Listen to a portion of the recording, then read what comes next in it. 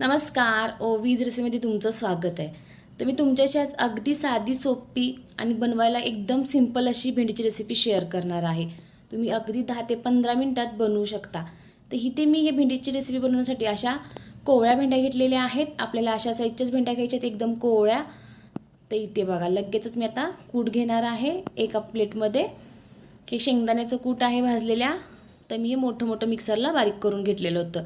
ते इथे मी 3 चमचे घेतलेलं होतं. तुम्ही तुमची जेवढी भेंडी असेल त्या अंदाजानुसार घ्यायचं आहे. लाल तिखट इथे मी 1.5 चमचा वापरलेला आहे. थोडीशी 1 चमचा धना पावडर आणि चवीनुसार मीठ घालून घेतलेलं आहे. तर ह्याच्यामध्ये आता हे मिश्रण कोरडं नाही, आपल्याला बारीक करून मिक्स करून घ्यायचं. थोडंसं तेल टाकून घ्यायचं आहे आणि मिश्रण छान असं एकजीव करून घ्यायचं आहे, जेणेकरून मीठ हे सगळीकडे लागलं जावं.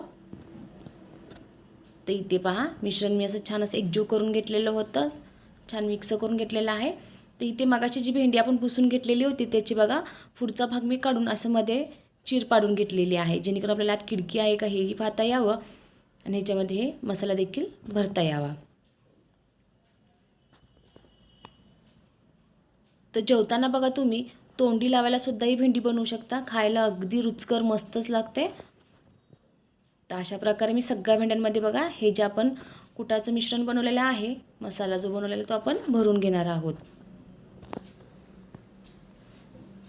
तर ह्या रेसिपीसाठी बघा आपल्याला कोवळ्या भेंडीचाच वापर करायचा आहे, म्हणजे ती शिजायला पटकन सोपी जाते.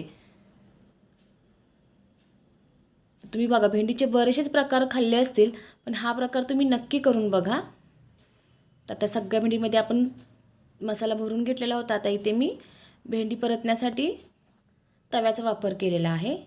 तर इथे मी हा भाकरीचा तवा ठेवून घेतलेला होता, त्याच्यामध्ये तेल घालून घेतलेलं होतं आणि बघा अशा प्रकारे मी सगळ्या भेंड्या ह्याच्यामध्ये सोडून घेणार आहे. तर इथे बघा सगळ्या भेंड्या मी सोडून घेतलेल्या होत्या आणि जे आत्ता भरून राहिलेलं जे शेंगदाण्याचं कूट हे मिश्रण बाकी होतं ते आपण साईडला ठेवून देणार आहोत. त्याचाही आपण पुढे जाऊन वापर करायचा आहे. थोडा वेळ बघा आपण असा गॅसवरती या भेंड्या छान अशा खालून परतवून घ्यायच्या आहेत आणि इथे बघा अगदी काही सेकंदाने आपण लगेच अशा उलटून घ्यायच्या आहेत. बघू शकता, लगेच त्याची जागा चेंज करून घ्यायची आपल्याला.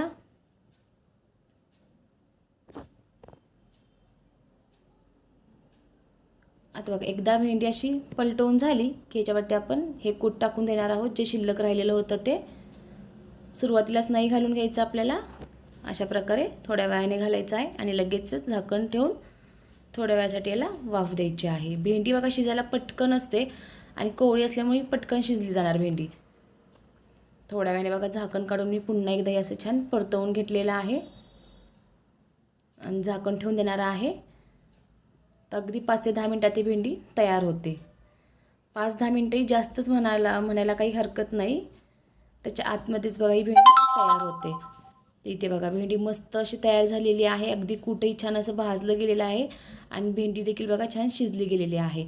तर अगदी तुम्ही जेवताना तोंडी लावायला सुद्धा ही भेंडी बनवू शकता. मुलांना टिफिनला देखील देऊ शकता, काहीतरी वेगळा प्रकार म्हणून. तर तुम्हाला ही भरलेल्या भेंडीची रेसिपी कशी वाटली मला नक्की कमेंट करून सांगा. तुम्ही ही रेसिपी नक्की